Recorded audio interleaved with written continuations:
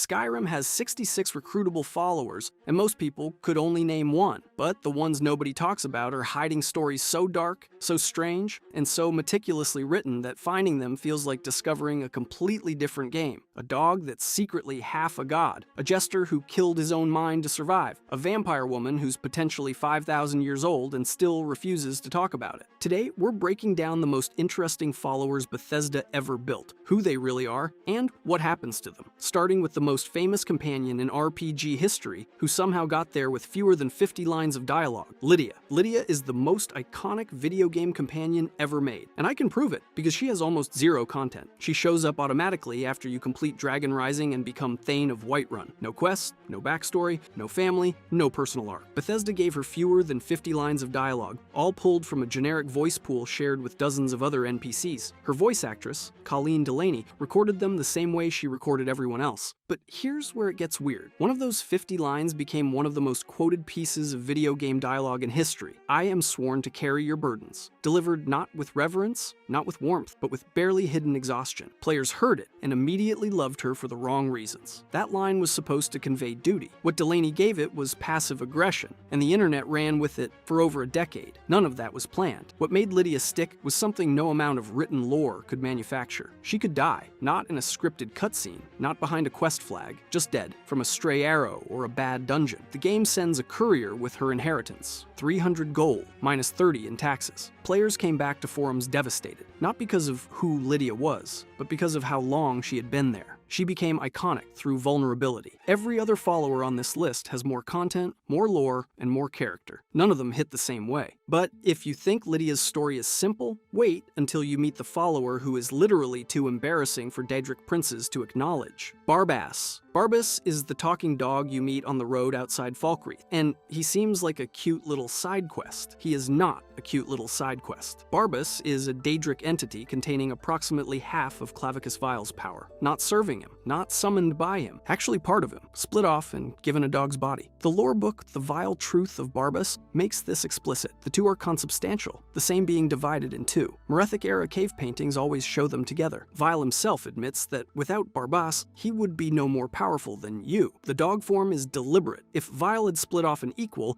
they would scheme against each other constantly. By making his other half a dog, Vile guaranteed he would always be the master. That is what follows you across Skyrim barking at mammoths. But here's where it gets even stranger. Barbas has appeared in every mainline Elder Scrolls game since Redguard, always in a different form. In Morrowind, he was Creeper, the beloved scamp merchant in Caldera who bought your items at full price when every other merchant would lowball you. In Oblivion, he manifested as a dog statuette and prophetically warned you not to retrieve the Umbra Sword. In ESO, he went undercover as a humanoid scaffin infiltrating the Clockwork City. He confirmed the Morrowind identity himself in Oblivion dialogue. The dog you see in Skyrim has been running this game since the Second Era. The quest to reunite him with Vile sends you after the Rueful Axe, created when a wizard wished Vile would end his daughter's lycanthropy. Vile gave him an axe. That is who you are helping patch things up with. If you never finish the quest, Barbas stays with you forever. He is completely invulnerable, takes 0 damage from any source, and does not count toward the follower limit. The trade-off is that he physically shoves you, destroys all stealth, and the vigilance of Stendarr will attack him on sight every time, then die slowly to a dog that cannot be killed. Half a god, stuck in a dog, and still more reliable in a fight than most of the humans on this list. J'zargo. J'zargo is the most arrogant character in Skyrim, and he is completely correct about himself. He is a first-year student at the College of Winterhold when you meet him. His first words to you are not a greeting, they are a threat. He tells you he has heard of you, that you are competition, and that he intends to surpass you. He refers to himself in the third person exclusively. When you become Archmage, the most powerful position in the entire magical hierarchy of Skyrim, J'zargo's response is, J'zargo had expected to be named Archmage, but there is still time. He left Elsewhere because Cyrodiilic mage factions were too busy hoarding secrets to bother teaching. He came to Winterhold because it was isolated, apolitical, and purely dedicated to study. The ambition is legitimate. The ego is earned. His personal quest sends you out to test his experimental Flamecloak scrolls on the undead. Each scroll deals 10 fire damage per second for 30 seconds to everyone nearby, including you. The community has spent years debating whether this was incompetence or J'zargo quietly eliminating his rivals. His in-game reaction to the scrolls not working as intended is zero remorse, an immediate pivot to what he will improve next. But here is the thing the game never tells you. J'zargo has no level cap. Every other student at the college caps at level 30. Berlina, Onmund, all of them. J'zargo scales infinitely with the player, reaching 500 plus health and magicka at high levels, making him one of the most powerful followers in the entire base game. The unofficial Skyrim patch flagged this as a bug and capped him at 30. The community revolted. The argument was simple. A character whose entire personality is built around limitless ambition, having a limitless level cap is not an accident. His only real weakness is a persistent bug, where he gets stuck casting nothing but sparks, regardless of his level. The fix is giving him destruction staves instead of letting him manage his own spells. An infinity-scaling Khajiit mage who got patched down by people who clearly never read his dialogue. J'zargo would have something to say about that. Irander is standing in Dawnstar's inn when you find him, trying to calm down terrified townsfolk who haven't slept in weeks. Vermina's skull of corruption is sitting inside a nearby temple, flooding the entire town with nightmares. He wants to destroy it. He needs your help getting inside. What he does not tell you yet is that it is his temple. His real name is Brother Casimir. He was recruited into Vermina's cult as a child, and it was the only home he ever knew. When Orcish raiders attacked Nightcaller Temple, the priests made a decision. Release the miasma, a magical sleeping gas, to put the entire building into stasis and protect the skull. Casimir was chosen to pull the chain. He pulled it. Then, instead of falling asleep with his brothers, he ran. He left them all suspended inside for decades and never came back. A priest of Mara eventually found him wandering, took him in, and gave him a new purpose. He changed his name and spent years trying to be someone worth saving. Coming back to Dawnstar is his penance. The entire dungeon is his confession. You walk through it together and watch him reckon with everything he abandoned. The sleeping cultists, the frozen moment of the attack, the brothers he left behind. And then at the end, Vermina speaks directly to you. Kill Irander now, before he finishes the ritual, because he is going to betray you the moment the skull is free. Take the weapon. He is deceiving you. Here is the thing. She might not be wrong. You have no way to know. You are being asked to trust a man whose defining life choice was abandonment. At the exact moment it costs him the most to follow through. Spare him and the skull is destroyed. Kill him and you get a Daedric artifact. His voice actor, Keith Sarabaika, the same man who voiced Joshua Graham in Fallout New Vegas, delivers that final stretch with enough genuine weight that most players spare him without thinking twice, which is either a testament to the writing or exactly what Vermina warned you about. Mjol the Lioness. Mjol is Riften's one-woman war against the Thieves Guild, and she is winning by default, because nobody will touch her. She showed up in the city after a dwarven centurion nearly killed her in the ruins of Mazincheleft and left her sword behind. You retrieve it. She becomes a follower, and she spends every waking hour making life miserable for the Blackbriars and the guild they own. She calls them out by name in public. She describes the Thieves Guild as an embarrassment compared to the Dark Brotherhood, which at least follows rules. The guild responds by placing a danger shadow mark next to the house she lives in, and then does absolutely nothing else. She cannot be killed. Not by the guild, not by dragons, not by you. Mjol is one of the only permanently essential followers in the entire game, meaning she drops to one knee when her health runs out and gets back up, forever. You can empty every spell in your inventory into her, and she will stand back up and ask if you need anything. Nobody in Bethesda's files has ever given a clear reason why. The leading community theory is a cut questline that mirrored Destroy the Dark Brotherhood, a full campaign to dismantle the Thieves Guild from the outside that was planned and never shipped. It would have needed a quest giver who could not die. The UESP wiki editors looked through the game data and confirmed there is no obvious explanation for her essential flag. It is just there. Then there is Aaron, the Imperial man who pulled Mjol out of Mazincheleft and has followed her with complete devotion ever since. Marry Mjol and move her to your house. Aaron shows up. Recruit her into the Blades at Skyhaven Temple. Aaron follows and tries to fight dragons with a dagger. Players have reported him appearing dead and naked on the floor of the Temple of Mara mid-wedding ceremony. The unofficial Skyrim patch eventually had to add a script specifically to stop him following her out of Riften, an immortal warrior, a pointless stalker, and a guild that marked her for death and never followed through. Riften,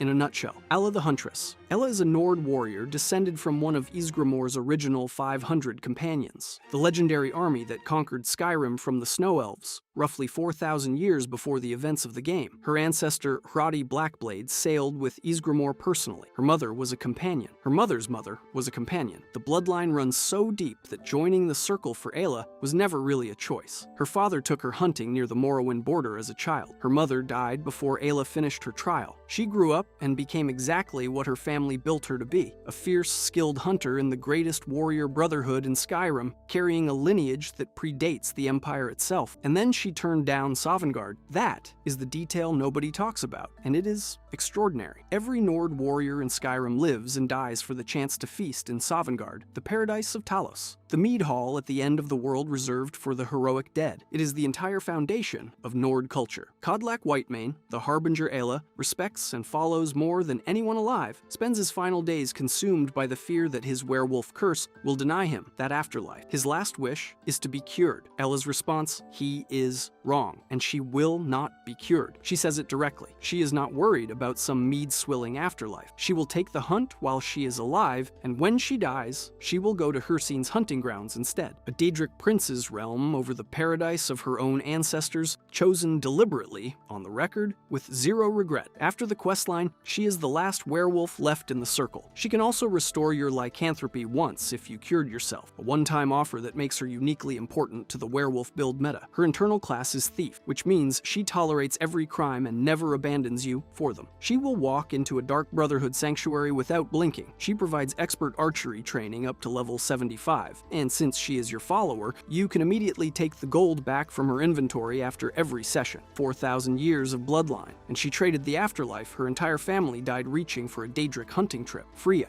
is the shaman's daughter on Solstheim, desperately trying to free her village from Mirak's mind control when you arrive. She guides you through the Temple of Mirak, becomes a permanent follower after you finish the Dragonborn questline, and is mechanically the most powerful companion in vanilla Skyrim by a significant margin. But the reason most players never use her is the same reason she is so easy to underestimate. She is locked behind a late-game DLC, behind a full main questline, behind a speech check. By the time you can recruit her, most runs are already over. That is a genuine loss, because nothing on her character sheet is accidental. Freya is the only follower in the entire game who is both permanently essential and has no level cap. Unkillable and infinitely scaling. She opens every fight by casting Ebony Flesh. She dual wields a Stalrim War Axe and a Nordic War Axe with the dual flurry perk for exceptional attack speed. She heals herself and the player with restoration spells boosted by the regeneration perk, adding 50% effectiveness. She has 20% innate magic resistance on top of all of that. There is no other follower in the base game or either DLC who combines all of those traits at once. But here is what makes Freya actually matter beyond the stat sheet. Her father is Storn Cragstrider, the last Skal shaman, and the man who kept her village sane while Mirak's influence consumed everyone around them. In the final stretch of the Dragonborn questline, Hermaeus Mora demands the Skal's ancient secrets in exchange for the last word of Bendwill. Storn agrees, over Freya's objections. She tells him the book is wrong, that it is against everything he has ever taught her. He tells her the village has to come first. Mora kills him on the spot, impaling him with tentacles while pulling the knowledge out of him, and Freya screams for him to stop with the kind of delivery that makes you put the controller down. She becomes the new shaman. When she sees you next, her warning is quiet. Do not let Mora lead you down the same path as Mirak, the strongest follower in the game, available only after the thing that breaks her. Bethesda buried her, and the community barely noticed. Teldrin Sero. Teldrin Sero is a dark elf mercenary sitting in a corner club in Raven Rock, and he costs 500 gold to hire. He is also, by near unanimous community consensus, the best follower in the game. The hire is straightforward. He introduces himself as the best swordsman in all of Morrowind, which at first sounds like the kind of thing every mercenary says. Then you travel with him for 20 minutes and realize he might not be wrong. His combat style gives you 2 fighters for the price of 1. He opens fights by summoning a flame Atronak. He alternates between destruction spells and swordplay mid-combat. When he takes damage, he heals himself with fast healing and keeps going. His level cap is 60, the highest of any hireling in the game, and he carries the Armsman perk, the only follower in the base game who has it. But what makes Teldrin genuinely remarkable has nothing to do with combat. He has reactive dialogue for almost every major location in Skyrim and Solstheim, not generic comments, specific ones. In Whiterun, he says it does not look like much to him, that Blacklight is a proper city. In Solitude, he calls the East Empire Company heartless bastards. In Riften, he references Glover Mallory by name. He has lines for Windhelm, Morthal, Markarth, Riverwood, Dwemer Ruins, Vampire Lairs, Giant Camps, and your own furnished homes. No other hireling in the game comes close to this volume of world awareness. His backstory comes out in fragments, and it goes darker than expected. He claims to have met St. Geob personally, which would place him him well over 200 years old. He spent time in Windhelm's Grey Quarter, which he describes as a wretched place full of bitter Dunmer. His last employer's story is the most memorable. A tattooed Nord with an insatiable bloodlust tracked a single fleeing bandit for 3 days, arriving at a massive encampment. The Nord turned to Teldrin with the most menacing grin he had ever seen. Teldrin left immediately. No amount of gold was worth whatever was about to happen next. He came back to Solstheim and has been at the retching Netch ever since. If you dismiss him, he offers to rejoin for free, because he was enjoying the travels. His chitin helmet never comes off. The only way to see his face is the perfect touch pickpocket perk. The community spent years trying. He is exactly as handsome as you would expect from someone who talks like that. Cicero. Cicero is the cackling jester you meet on the road near Lorius Farm, begging for help with a broken wagon carrying a coffin he calls his mother. He is dressed in motley. He speaks in rhymes and he seems like comic relief. He is the most tragic character in Skyrim, and the journals prove it. 5 volumes of Cicero's diary document one of gaming's most complete descents into madness, written in real time. In 4E186, he arrives at the Cheydinhall Sanctuary as a lucid, professional assassin. His prose is clear. His kills are methodical. He notes the ghosts of a past purification still haunting the halls, a direct callback to the events of Oblivion's Dark Brotherhood questline. In 4E187, he assassinates the Grand Champion of the Imperial Arena by posing as a starstruck fan, a deliberate echo of Oblivion's adoring fan. Then the Brotherhood starts dying. Members disappear one by one. By 4E189, his last contract targets a jester, whose laughter and screams Cicero documents with clinical precision. By 4E190, alone in the sanctuary with only the Night Mother's corpse, the murdered jester's laughter starts echoing back to him from the walls. He writes it down without alarm. By 4E192, it is complete. Cicero is dead. Cicero is born. The laughter has filled him. He is the jester now. His writing shifts from professional prose into rhyming couplets. He is wearing the dead man's clothes. He has adopted the dead man's identity as a full psychological replacement for 15 years of total isolation. The 40-plus skulls found in the Dawnstar Sanctuary belong to the years in between. Here is the thing the community has argued about since launch. Cicero was right. Astrid, the woman who actually runs the Brotherhood when you find it, betrays the entire organization to the Penitus Oculatus. She violates every one of the 5 tenets in the process and gets almost everyone killed. Cicero was the only member who saw it coming and stayed loyal to the old ways. His attack on Astrid was violent, but technically correct. Sparing him at the Dawnstar Sanctuary gives you the most lore-consistent outcome and the strongest one-handed follower in the game. His one-handed skill sits at 100, the highest of any companion. His voice actor, Andy Morris, is one of gaming's genuine mysteries. No photos exist, no interviews, no social media. His only other known credits are Emperor Tachyon in Ratchet and Clank and a minor role in Psychonauts. Fans have tracked down every other Skyrim voice actor's identity. Andy Morris simply does not have one on record. A jester with no face behind the mask. Fitting. Serena. Serana is technically a temporary quest follower. She accompanies you through the entire Dawnguard main questline and then becomes a permanent companion afterward. But calling her temporary is like calling the ocean a puddle with ambition, because Bethesda built an entirely separate AI system just for her that no other follower in the game has. Every other companion in Skyrim runs on the same basic framework. Serana runs on a custom papyrus script called